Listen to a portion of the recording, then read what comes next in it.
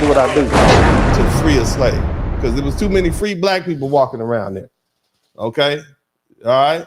But what it did was it made a formal emancipation difficult, costly, and legally tenuous. That's what they did. You couldn't just write a piece of paper and say you free now. Couldn't be free by will or inheritance. And if we want to slide over to New Orleans, the city is the home of a prominent class of free black people of color, many of whom were highly educated, French-speaking Catholics with property and economic influence. And so by 1830, free people of color in New Orleans owned 3,000 slaves. Some of the most prominent free black slave holders in Louisiana included the Metoyer family. I know a couple of judges who were Metoyers. Her name was Marie Thérèse Metoyer. Okay, she was a former slave who became a landowner and slave owner in Nacogdoches Parish in Louisiana. She was the matriarch of a Creole Metoyer family, owned more than a dozen slaves by the early 1800s. Okay, another one, Julian Hudson, a free black painter descended from Creole family who came from free people of color who were engaged in the commerce. So you had black people who were slaves who then went into the slave owning business, and black people who were free who went into it. Let's go down to Mississippi, where my people are from. In 1850, there was a census, and it denoted that a man named William Ellison Jr., formerly enslaved man who became a wealthy cotton gin manufacturer, was recorded as owning 63 people, making him one of the largest slave holders in the South. Do you hear that? A black man was one of the largest slave owners in the South, not just Mississippi, in the South. He opened a full-scale cotton plantation and was known to purchase young black males, train them, and work them on his land in Sumter County, South Carolina. You understand me? There's another one. You understand? Virginia and North Carolina. In Virginia, many manumitted slaves remained in their families who held them in formal servitude because of the strict manumission laws passed in the 1790s and the 1800s. I explained that to you. What was the motivation? First, family protection. You had to buy your husband or buy your wife. Okay? And you couldn't say they were free, otherwise what happens? Wasn't allowing that. It had to be official. You see? Freeing them, you got taxed on it. It was restricted, or it was just outright denied. You see? And some black slave owners acted out of familiar necessity. Others just wanted to do what the white planters were doing. They wanted to do what the white folks were doing. They engaged in commercial plantation. They was in it for the bag. Somebody tried to get the bag in the chat room. They were trying to get the bag, just like your neighborhood drug dealer. This was legal. There was no moral. This was what they did. Just like I'm sure in 1,000 years, we'll say, oh my God, I can't believe those people eat chicken. They had restaurants dedicated to chicken eating. Popeye's Chicken, Kentucky. Apparently Popeyes was more favorable to the place called Church's. The chicken was greasy. They'll be placing more judgment values on you. But this is what black people did. Are you learning something? Even if you're angry, all right, you're learning something. You see? Nevertheless, it was complex.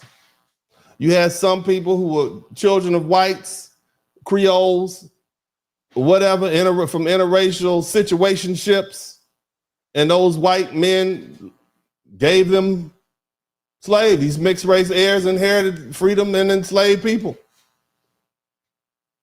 Now, the existence of black slave owners does not negate the broader racial system of white supremacy, but it reveals how a racial caste system were also shaped by class, gender, property rights, and law.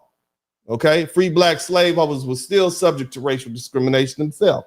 Here you are, and this is why we have to kind of separate slavery from discrimination. If black people owned slaves, it wasn't just because of racial discrimination. It was a money-making thing. It was an economic thing. But even the free slave owners, they couldn't vote, they couldn't serve on juries, and they couldn't testify against whites in most Southern courts.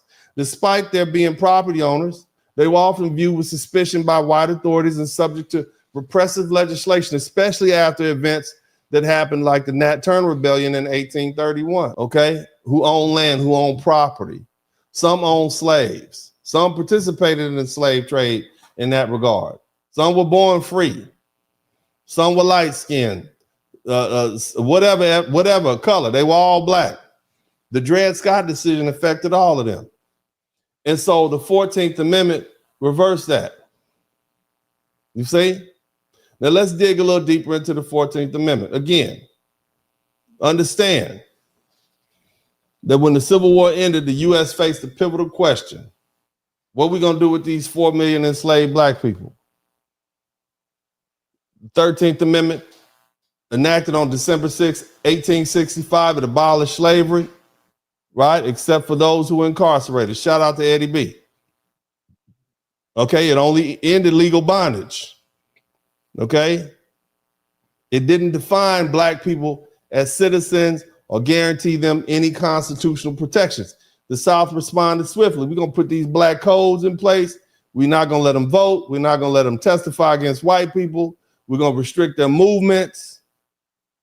Okay? Because remember, Dred Scott was still in place. We're going to come up with these vagrancy laws, and the Supreme Court has said we don't have to respect any rights that a black man has. They were barred from owning land or accessing education. And the backlash made it clear without further constitutional intervention that black Americans will remain legally subordinate and socially vulnerable. So what's the point of freeing us if you don't give us rights? So Congress passed the 14th Amendment, and it was ratified on July 9, 1868, which granted birthright citizenship. So if you were born here, you have citizenship. In other words, if you're born here, you have rights to all persons born and naturalized in the U.S., including the formerly enslaved people. So it wasn't just about the babies of slaves. I know Donald Trump said that, but it was about the black people who were formerly enslaved, who were considered chattel property, who had no rights, who couldn't vote. You can't discriminate against them, the South. So we're going to overturn this Dred Scott decision, and we're going to give them rights. This is who this was about, black people. Somebody type black people in the chat room. The 14th Amendment, somebody type black people in the chat room. Again, the 14th Amendment declared that no state shall deprive any person of life, liberty, or property without due process of law, because we got out of slavery and they hit us with all these black codes. Couldn't own land, couldn't testify against white folk. Okay? Couldn't stand, couldn't sit down, couldn't lay down, couldn't stand up, couldn't run, couldn't walk without going to prison. And if you went to prison, they put you right back in slavery again with the convict leasing program. And what the 14th Amendment did said, no, you're a citizen from birth as a black person. It mandated equal protection laws for all persons. And it penalizes states that denied the vote to men, citizens over the age of 21, all men. So the 14th Amendment transformed freedmen from property into legal persons and citizens of the United States. The 14th Amendment was written in 1868, just 3 years after the Civil War ended. Its purpose was clear. Okay? It was done to secure U.S. citizenship for formerly enslaved black Americans.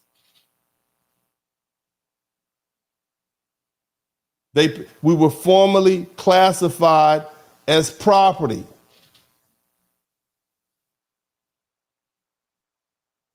Because see, here's the thing. If we were in the country and we were formerly property and we're no longer property and we're not citizens, then we have no state. We're stateless. If you have no state, then what? You need statehood. You need citizenship. All persons born or naturalized in the United States and subject to the jurisdiction are citizens. Now, this is a peculiar statement, subject to jurisdiction. Now, on the surface, that sounds simple, but it isn't. See, that second part, subject to the jurisdiction thereof, it was never meant to include everyone born on U.S. soil. And the scholars and lawmakers and judges have known this for 150 years. The men who wrote and ratified the 14th Amendment made it plain. This provision was not for foreign nationals. It was not for diplomats. What's up, what's up, what's up? Welcome, welcome, welcome to the broadcast. This is Uncle D. People wash their ass in the tub, Kamala Harris. You were tuned in to Uncle D. This black man talk, pull up, homie, take a seat. Don't be a shadow watcher every day. You learn something, then you earn something. Let them know and drop some money in the plate. It's getting cold, ladies, talking ratchet. Lizard King here, grab your coat, zip your jacket. Keep quiet for a second, close your jaw. Attorney Spurling, this ain't pearly, know the law. Talking Constitution, pushing pins when he shootin', give him that. Masculinity, just for the record, sprinkle that. You can keep your cat, gotta cut it. Only cat he rubbing, gotta love it. I call it Molly Buddy. Gotta vote your interest, voting earns. Presidential, this is for the money that I earn. When you gon' learn, my people, that evil mixed with evil. No matter what you're doing, baby, this ain't equal. Sometimes when you're special, you get hated. The test is for the best, you're damn right, my people made it. Uncle D, Blizzard King, you been served, gotta notice. Now black men out here know we winning, gotta hold it now. Uncle D, you been served, get your notice now. Black men out here know we winning, gotta hold it now. Uncle D, you been served, get your notice now. Black men out here know we winning, gotta hold it now. Uncle D, you been served, get your notice now. Black men out here know we winning, gotta hold it now. Hey man, I'll do what I do. Somebody need to whip your ass. Get up and whip him, Sweets. Hey, don't be putting the money in my hand all rough. Take your ass out here. You buy you a Flowbee and cut your own damn hair from now on.